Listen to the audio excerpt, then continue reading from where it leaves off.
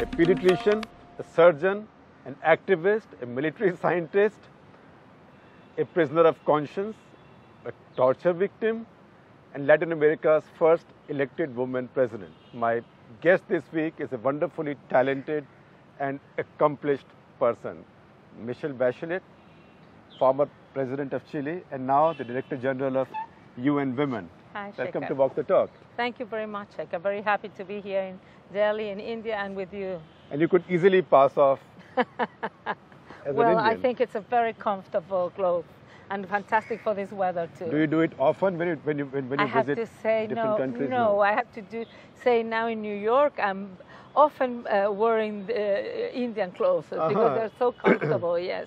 Well, so that's one more ambassador for India at the UN.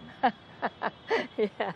Not quite literally being that way, but No, it well, always well, helps. as Executive Director of UN Women now, I work with all countries of the world. And of course, India is very important. It's one in every 6 women of the world comes from India. So we really are looking forward to continue working And with. we have some very powerful women in our politics here. Oh, yes, you do. Oh, yes, you do. It's not just Mrs. Gandhi. I know. It's Jayalalitha, Mamata Banerjee, Mayawati. They are really powerful Yes. women. In fact, In fact. they seem to be able to exercise power much better than our men do. Well, I cannot give an opinion on that, but I'm convinced that women are very, very good, very capable, and as good as men. And of course, we can contribute with our own capacities, with with our own style of leadership, and that contributes to a more balanced society, I believe, because half of humanity are women. So we need women and men playing important roles in the different dimensions of life. Will you quote something from your own experience of something that you handled which you thought a man would have handled differently? A man would not have been able to handle it. Because you had your critics and your problems, Yes. particularly in the first half of your presidency.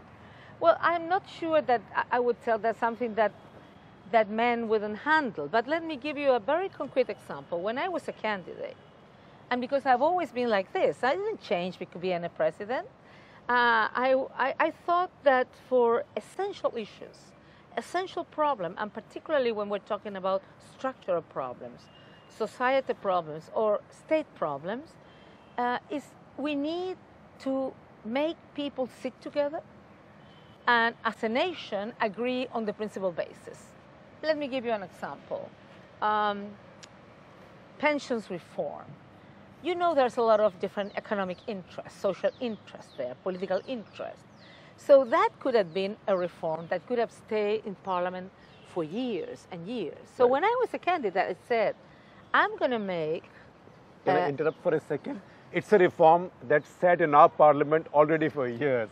And every time there's a parliament session, we say the pension bill will be passed this time. Well, I will tell you first the result. Right. It took me less than 1 year just to pass it. And it was a very complex one. But let me say what. And yours was a leftist government, particularly coming after the history of Pinochet and Yes. the rest. But what I have to say is that what I did for that is I created a commission of experts. But I invited not only experts, also from all political dimensions. And I sit everyone together. I said, look, we have a common task.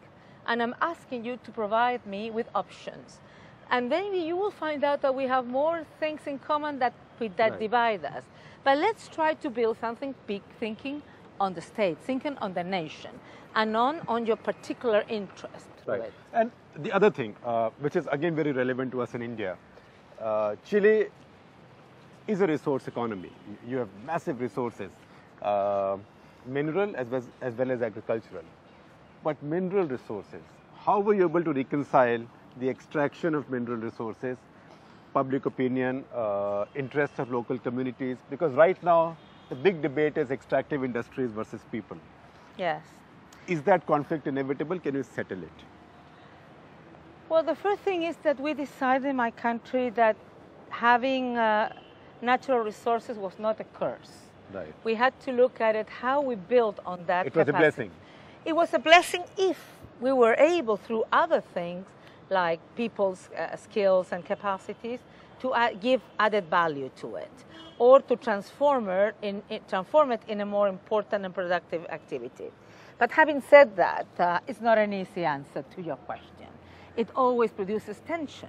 But not only tensions, and I have to say, in my country, that's a very long and thin country, not only tensions between productive sector, extractive sector, and people, also produces tension between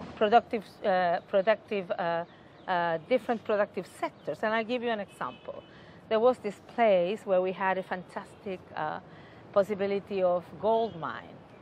And it has been an old project that has been postponed by the owners because the gold prices have gone down. But at the same time, the agriculture there was fantastic.